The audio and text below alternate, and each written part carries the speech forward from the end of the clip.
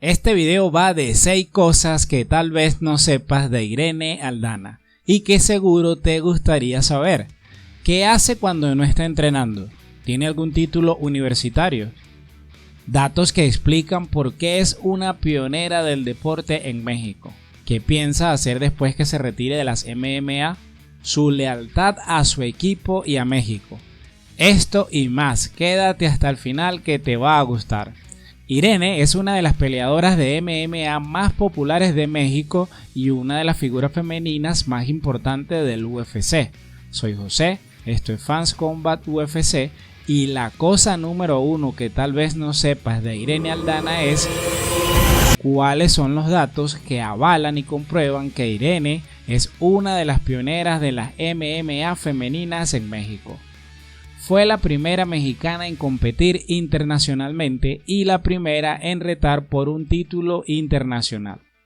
Prácticamente sin experiencia, con solo 3 combates profesionales y sin carrera amateur, Irene tomó su primer reto internacional, bajo la promoción brasileña Jungle Fight.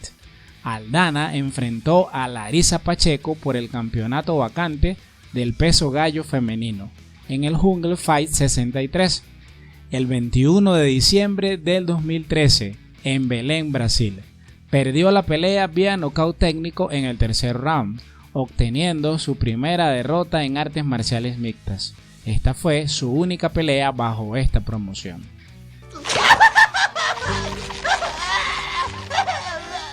Irene Aldana fue la segunda mexicana en llegar a la UFC. Debutó el 17 de diciembre del 2016. Solo un mes y 12 días después que su compatriota, compañera de equipo y amiga Alexa Grasso, quien lo había hecho el 5 de noviembre de ese mismo año. Irene fue la primera mexicana en encabezar una cartelera de UFC, el 4 de octubre del 2020 en el UFC ONSPM Holmes vs Aldana, o como también se le conoce UFC Fight Island 4 en Yas Island, Abu Dhabi, Emiratos Árabes Unidos, en la famosa isla de la pelea durante la pandemia. Y si todo sale según lo previsto, será la segunda mexicana en pelear por un título de UFC, por el campeonato de peso gallo femenino el próximo 10 de junio en el UFC 289. Como saben, la primera fue Alexa Grasso cuando enfrentó a Valentina Shevchenko el 4 de marzo del 2023 por el campeonato de peso mosca femenino en el UFC 285 y con la victoria se convirtió en la primera peleadora mexicana en ganar un título de UFC. Si te está gustando el video, suscríbete, eso me motiva a seguir creando este tipo de contenido. Gracias de antemano.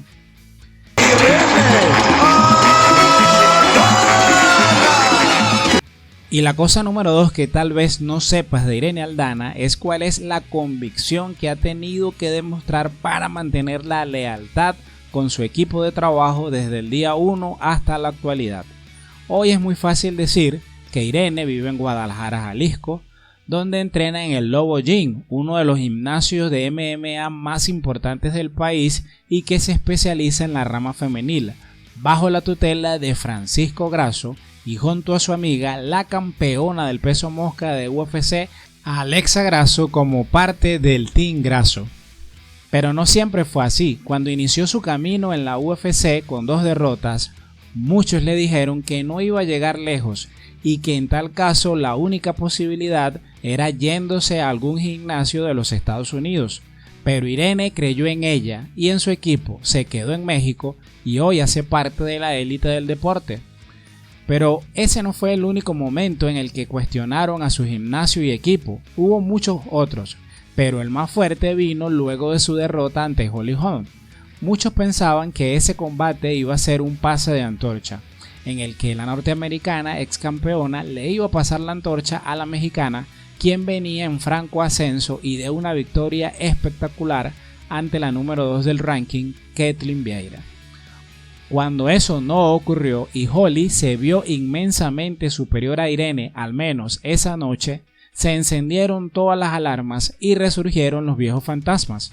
Las críticas fueron fuertes en contra de Irene, que lo que habían visto ante Kathleen era un espejismo, que no estaba al nivel de las mejores, que no tenía caso que retara por el título, que era una luchadora de una sola dimensión, sin plan B, y por esa línea podríamos seguir y seguir.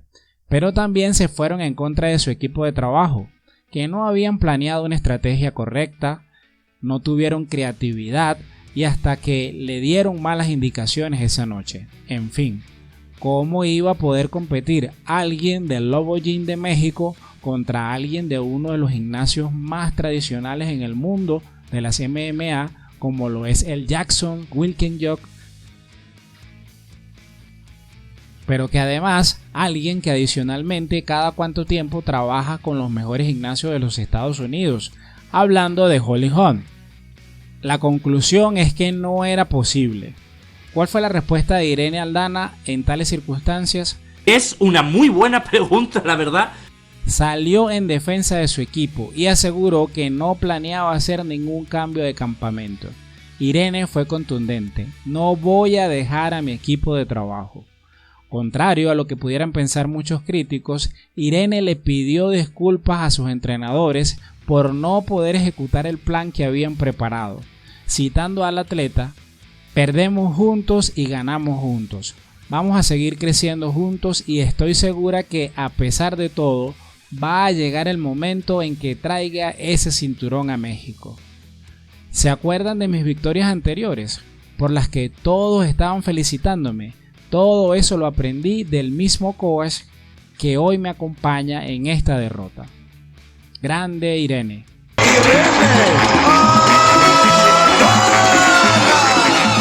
Y la cosa número 3 que tal vez no sepas de Irene Aldana es que en su derrota frente a Holly Holm subió a pelear con una lesión en el pie izquierdo.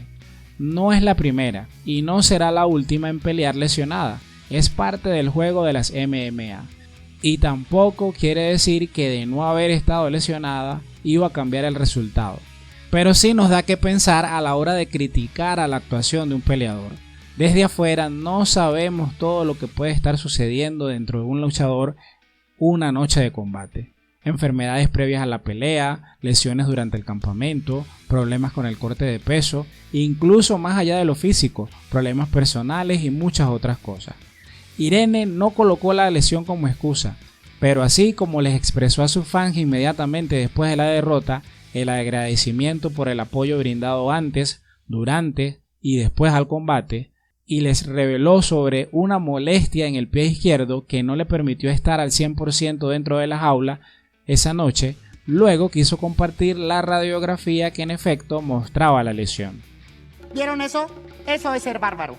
La cosa número 4 que tal vez no sepas de Irene Aldana es cuáles son sus pasiones. Las pasiones de Irene son, en primer lugar, las MMA, aunque parece obvio ya que es una profesional del deporte, pero no es tan así. No todos los atletas profesionales tienen el mismo nivel de pasión por su carrera. En el caso de Irene no podía ser de otra manera. Irene empezó a practicar MMA a los 23 años, sin haber practicado antes ningún otro deporte de combate. Si no fuera una apasionada que entrena todo el año entre 6 u 8 horas diarias, entre 2 o 3 sesiones cada día, hubiera sido imposible llegar al tope del deporte. En segundo lugar está el diseño gráfico. Esto fue lo que estudió en la universidad. Esta pasión la puso en pausa para enfocarse 100% en las MMA. Y en tercer lugar está su pasión por el diseño de modas. Por eso su plan es, luego del retiro de las MMA, encontrar una manera de unir todas sus pasiones en una sola actividad. Como podría ser diseñar ropa para peleadores de MMA, fotografiar a atletas y cosas por el estilo en su propio estudio.